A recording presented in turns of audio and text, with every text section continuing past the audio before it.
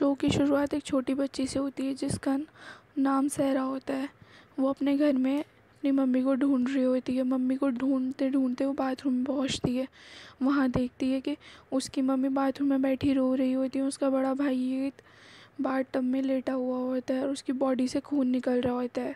उसकी मम्मी ये को बाथटब में से निकालने की कोशिश करती हैं।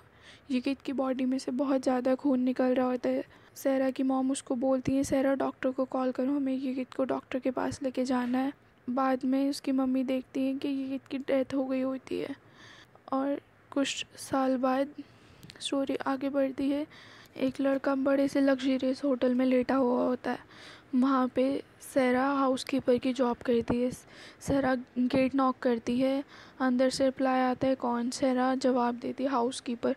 लड़का गेट खोलता है और सहरा की तरफ देखे बिना अंदर रूम में चला जाता है। सहरा चुपचाप वॉशरूम में जाके वॉशरूम क्लीन करती है और लड़का बाहर से आवाज़ देता है, मैं बाहर जा रहा हूँ, तुम बाहर रूम में आ सके रूम क्लीन कर सकती हो। सहरा रूम क्लीन करती है और रूम क्लीन करके बाहर जाती है। जैसे ही वो रूम क्लीन करके बाहर निकलती है, लॉबी में एक आदमी उसके पीछे खड़ा होता है। सहरा उससे पूछती है, आप कौन। से वो बताता है कि मेरे बॉस कल यहाँ आपके होटल में रुके थे और वो अपना बैग भूल गए। सहरा उसको बोलती है आप आईडी दिखाइए। वो कहता है कि बैग मेरे बॉस का है। तो वो सहरा उसको बैग देने से मना कर देती है और उसको बताती है होटल की पॉलिसीज़ के ख़िलाफ़ है। तभी उसका बॉस वहाँ आ जाता है और सहरा से अपने वर्कर के बिहेवियर के लिए माफ़ी मांगता है। सहरा उसको बताती है कि सर सॉरी सर, लेकिन ये मैं आपका या किसी का भी सामान बिना आईडी प्रूफ देखे हैंड ओवर नहीं कर सकती। हमारे होटल की रूल्स और पॉलिसीज़ के ख़िलाफ़ है। उसका बॉस सहरा को अपना आईडी प्रूफ सिखाता है और सहरा उसका बैग उसको हैंड ओवर कर देती है। बॉस ये बिहेवियर देख के सहरा का उससे काफ़ी इम्प्रेस होता है और सहरा को थैंक्स बोलता है। सहरा कहती है इट्स ओके सर, और सहरा वहाँ से जाने लगती है। बॉस पूछता है सहरा से आपको कोई फ़ेवर चाहिए। सहरा मना करती है।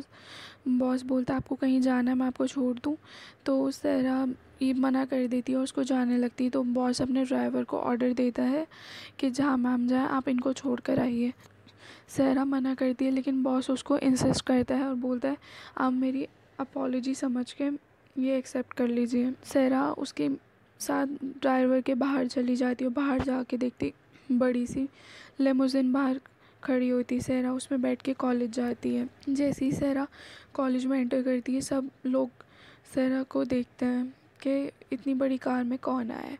सहरा बाहर निकलती है और लोग उसके बारे में गॉसिप्स करने लगते हैं। लोग क्यूरियस होते हैं कि कौन है, कहाँ से आई है। फिर सहरा की फ्रेंड उससे पूछती है कि सहरा तुम इतनी बड़ी कार में कैसे।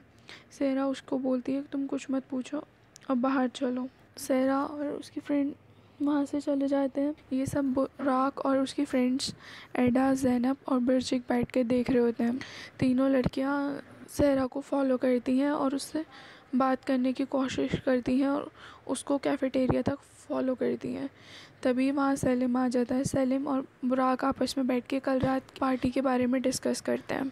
कैफ़ेटेरिया में एडा अपने आप को और ज़ैनब और बिरजिक को इंट्रोड्यूस कराती है और सहरा से उसके बारे में जानने की कोशिश करती है। वो कहाँ से है, कौन से ईयर में है, कौन सी स्ट्रीम है, उसकी फैमिली बिजनेस क्या है। बाद में बिरजिक वहाँ से चली जाती है और सहरा के बारे में सेलिम और बुराक को बताती है। कहती है बहुत स्ट्रेंज लड़की है, अपने घर से खाना लेकर आती है, कॉलेज का खाना नहीं खाती, सोशल मीडिया अकाउंट्स यूज़ नहीं करती। सेलिम बिरजिक को प्रेज़ करता है और उससे बोलता है कि इतनी जल्दी तुमने इस लड़की के बारे में सारी डिटेल्स निकाल ली।